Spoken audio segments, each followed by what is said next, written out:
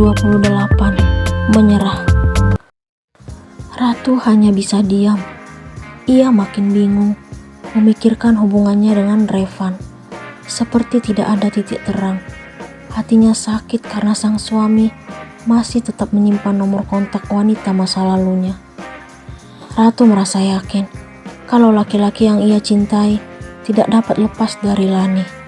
Sang mantan kekasih menjadi alasan kenapa dulu Revan memintanya menandatangani surat perjanjian yang sulit diterima akal dan pikiran. Kenyataan kadang tidak seindah harapan. Itulah yang Ratu rasakan saat ini. Dulu, ia sangat yakin telah berhasil memenangkan hati suaminya. Tetapi semua itu hanya ilusi semata.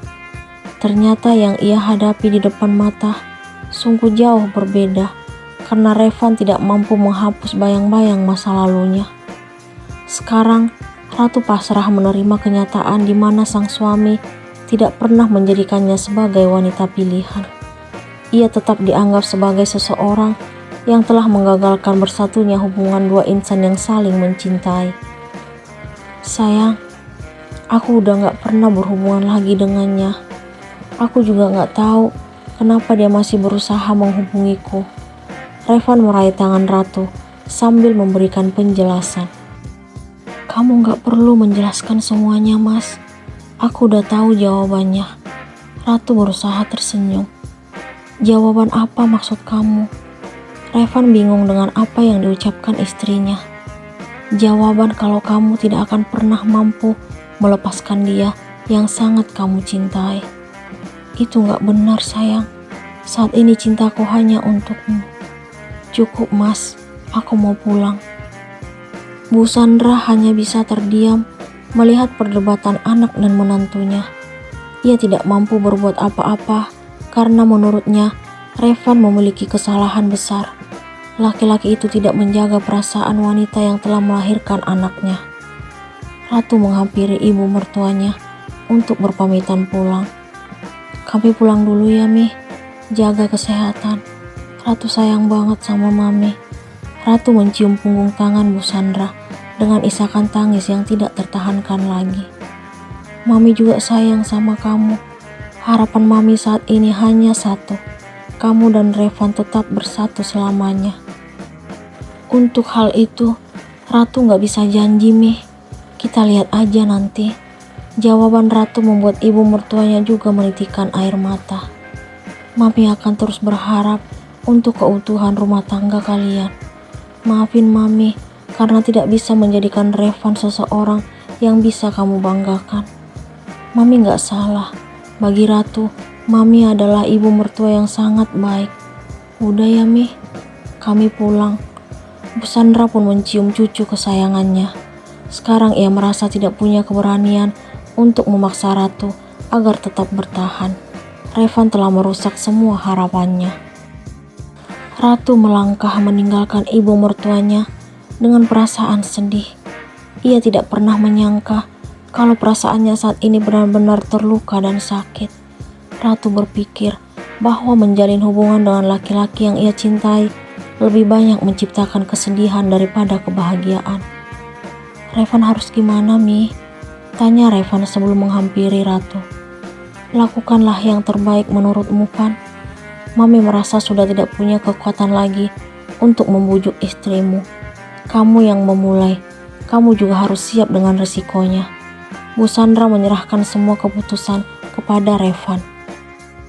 Doakan Revan ya, Mi. Revan pamit. Revan mencium punggung tangan ibunya, lalu keluar menghampiri Ratu dan Andra yang sudah menunggu di depan teras.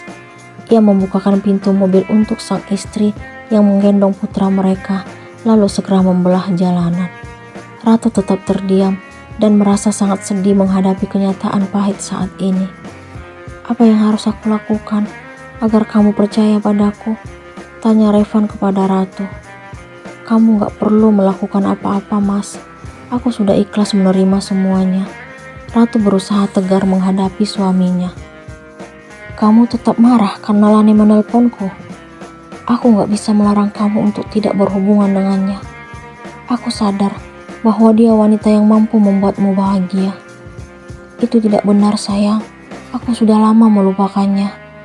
Melupakan hanya sebatas di mulut aja, tapi di dalam hati tidak mampu. Kok kamu ngomongnya gitu? Kalau kamu benar-benar sudah melupakan dia, tidak mungkin kamu masih tetap menyimpan nomor ponselnya. Itu hanya kebetulan sayang. Mungkin aku lupa hapus. Sudahlah mas, kamu tidak bisa mengelak lagi. Kenyataannya kamu tidak ingin memperbaiki hubungan kita dengan serius. Aku tidak pernah ada di hatimu. Revan langsung menghentikan mobil setelah mendengar penuturan Ratu. Itu gak benar sama sekali. Kalau kamu tidak pernah ada di hatiku, kenapa aku tetap berusaha memperjuangkan kamu saat orang tuamu memisahkan kita di awal kehamilanmu? Itu karena aku sedang mengandung anakmu. Jadi, pengorbanan yang kulakukan selama ini tidak berarti untukmu. Aku jauh lebih tidak berarti di matamu. Jika kamu memang benar mencintaiku, kamu pasti akan membuang apapun yang berhubungan dengan masa lalumu. Kenapa gak berani blokir nomor wanita itu? Jawab mas. Ratu sudah tidak tahan untuk tidak menumpahkan bening kristal dari pelupuk matanya. Revan terdiam dan tidak mampu menjawab pertanyaan Ratu. Namun ia sangat sedih melihat air mata wanita itu yang telah jatuh ke pipi. Ia berusaha menghapusnya, tetapi langsung ditepiskan. Ratu semakin yakin kalau Revan tidak peduli lagi kepadanya dan Andra. Terbukti dalam minggu ini, laki-laki itu tidak menemui putranya, bahkan tidak menghubungi dirinya sama sekali. Harapan Ratu untuk tetap melanjutkan pernikahan bersama Revan merupakan hayalan semata. Ia merasa tidak memiliki kesempatan itu lagi. Ratu sudah pasrah dengan apa yang akan terjadi dengan rumah tangganya. Ia tidak ingin memaksa Revan agar tetap mendampingi hidupnya hingga akhir hayat. Sekarang, ia akan belajar menerima kenyataan bahwa laki-laki yang telah menikahinya bukanlah jodoh terbaik yang ia harapkan selama ini. Ratu ingin fokus untuk membesarkan buah hati tercinta tanpa harus didampingi sang suami. Ia berjanji pada diri sendiri akan berusaha memberikan yang terbaik untuk Andra. Senyum dan tingkah lucunya selalu mampu membuat Ratu tertawa. Udah seminggu Revan gak kesini ya? Bu Bella ternyata menyadari ketidakhadiran sang menantu di rumahnya. Iya mah, dia gak kasih kabar. Enggak mah, Mama benar-benar gak ngerti deh melihat sikap suami kamu. Ratu jauh lebih gak paham mah. Kalau memang dia tidak menganggap kalian lagi, kenapa gak dilepasin? Terus terang, Mama merasa capek melihat hubungan kalian. Iya mah, Ratu juga udah capek hidup seperti ini. Ratu merasa kalau hubungan ini sudah gak mungkin untuk dipertahankan lagi. Pernikahan kami udah gak sehat mah. Kamu yang kuat dan sabar ya sayang.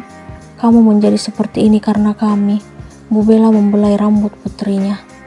Ini bukan salah mama ataupun papa. Semuanya terjadi karena takdir yang harus Ratu jalani. Kamu wanita hebat sayang. Mampu menjalani semua ini. Mungkin kalau mama di posisi kamu, mama pasti tidak akan bertahan. Ini gak akan mungkin terjadi pada mama. Karena papa suami yang selalu setia mencintai mama. Bu Bella tidak kuasa menahan air matanya mendengar apa yang diucapkan putrinya.